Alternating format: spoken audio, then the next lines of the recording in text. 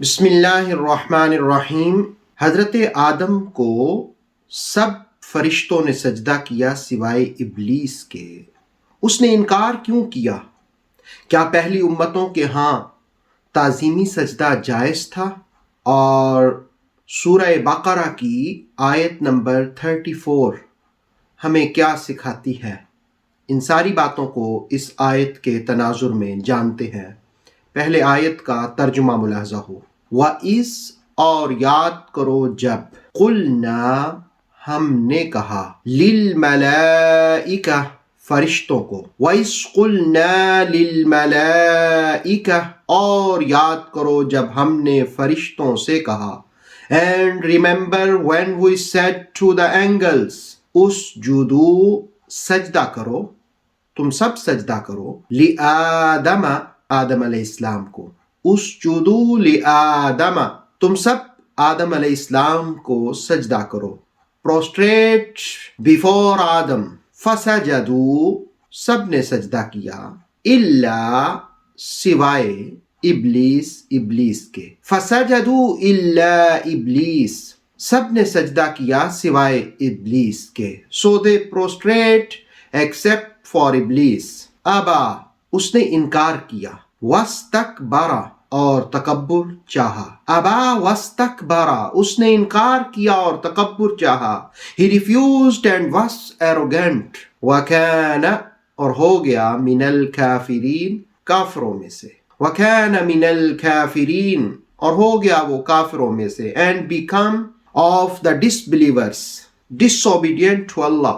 قرآن حکیم سورہ بقرہ کی 34 نمبر آیت میں 3 باتیں سیکھنے کی ہیں۔ پہلی بات یہ کہ سجدہ کیا ہوتا ہے، اور دوسری بات کہ ابلیس کون تھا، اس کا لفظی معنی کیا ہوتا ہے، اور تیسری چیز کہ تکبر کے نقصانات کیا ہوتے ہیں، اور چوتھی چیز اس آیت کی دعوت کیا ہے۔ سب سے پہلی بات جانیے کہ سجدہ کا لغوی معنی ہوتا ہے سر جھکانا، پست ہونا۔ علامہ قرطبی نے فرمایا کہ عاجزی، انکساری، عین ساجدہ، اگر آنکھ دیکھ دیکھ کر تھک کے جھک جائے تو اس کے لیے بھی یہ لفظ استعمال ہوتا ہے۔ سجدہ دراصل اندر کے ارادوں کا اظہار ہوتا ہے۔ اگر اندر کسی کو تسلیم کرتا ہے، مان لیتا ہے، تو سر اس کے سامنے جھک جاتا ہے۔ مسلمان بندہ جس وقت اپنے من سے، اپنے اندر سے، اپنے دل سے اللہ کو مان جاتا ہے تو پھر اس کا دل کرتا ہے کہ میں اس کے سامنے جھک جاؤں، سجدہ کروں۔ سجدہ 7 اعضاء پر کیا جاتا ہے، پاؤں کے 2 انگوٹھے، 2 گھٹنے، دونوں ہاتھ، ناک اور پیشانی، ان کو زمین پر رکھنے سے سجدہ ہوتا ہے۔ واضح رہے کہ سجدے کی 2 اقسام ہیں، ایک سجدہ عبودیت یعنی بندگی کا سجدہ، اور ایک سجدہ تحیت یعنی تعظیمی سجدہ۔ مفسرین نے لکھا کہ حضرت آدم کو جو فرشتوں نے سجدہ کیا تھا یہ تعظیمی سجدہ تھا، اور پہلی امتوں کے ہاں تعظیمی سجدہ روا تھا، لیکن رسول اللہ علیہ السلام کی امت میں یہ جائز نہیں تھا۔ حضرت سلمان فارسی رضی اللہ تعالیٰ عنہ نے ایک مرتبہ آپ صلی اللہ علیہ وسلم کو سجدہ کرنا چاہا تو آپ نے منع کر دیا۔ تو حضرت آدم علیہ السلام کو جو سجدہ کیا گیا تھا وہ تعظیمی سجدہ تھا۔ سب سے پہلے آدم علیہ السلام کو جبرائیل نے سجدہ کیا، پھر میکائیل نے کیا، پھر اسرافیل نے کیا، پھر اسرائیل نے کیا، پھر فرشتوں نے کیا، اور تفسیری آراء کے مطابق یہ سجدہ جو آدم علیہ السلام کو کیا گیا یہ جمعہ والا دن زوال سے لے کر عصر تک، اور ایک روایت یہ ہے کہ 100 سال تک فرشتے سجدہ کرتے رہے، اور ایک روایت یہ بھی ہے کہ 5 برس تک سجدہ کرتے رہے۔ اللہ ہی بہتر جانتا ہے، لیکن یہ ضرور ہے کہ فرشتوں نے آدم علیہ السلام کو سجدہ کیا۔ اس کے بعد دوسرے نمبر پر ہم اس بات کو جانیں گے کہ ابلیس کا معنی کیا ہوتا ہے۔ راغب اصفہانی کے حوالے سے تفسیر تبصرہ میں اس کے 4 معانی قلم بند کیے گئے۔ پہلا، ایسا خوف جو نا امیدی کی شدت پیدا کرے اسے ابلیس کہتے ہیں، اور دوسرا یہ کہ بھلائی اور خیر کے مفقود ہونے کو بھی ابلاس کہا جاتا ہے۔ ابلیس وہ وجود ہے، یہ تیسرا معنی، کہ جس میں شر ہی شر ہو، برائی ہی برائی ہو، اور چوتھا معنی یہ کہ اللہ کی رحمت سے دوری کا نام ابلیس ہے۔ اب ابلیس فرشتہ تھا یا جنات میں سے تھا؟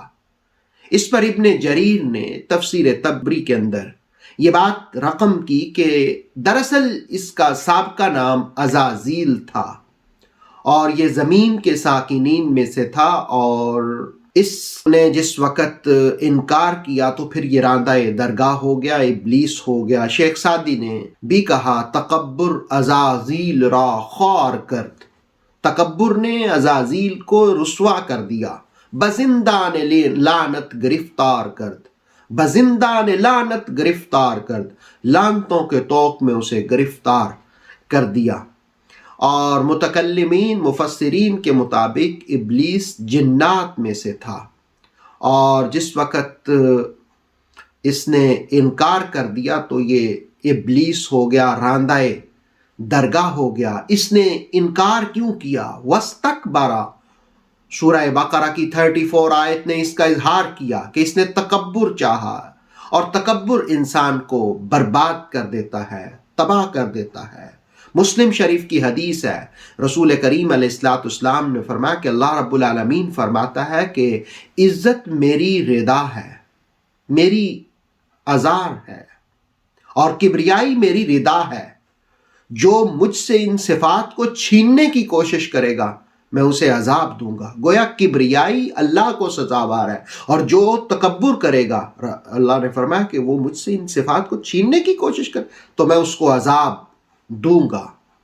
مسلم شریف ہی کی ایک حدیث ہے، رسول اللہ علیہ السلام نے فرمایا کہ 3 آدمیوں سے اللہ تعالیٰ نہ کلام کرے گا، نہ انہیں پاک کرے گا، نہ انہیں نظر رحمت سے نوازے گا۔ ان میں ایک بوڑھا زانی، دوسرا جھوٹا بادشاہ، اور تیسرا تکبر کرنے والا فقیر۔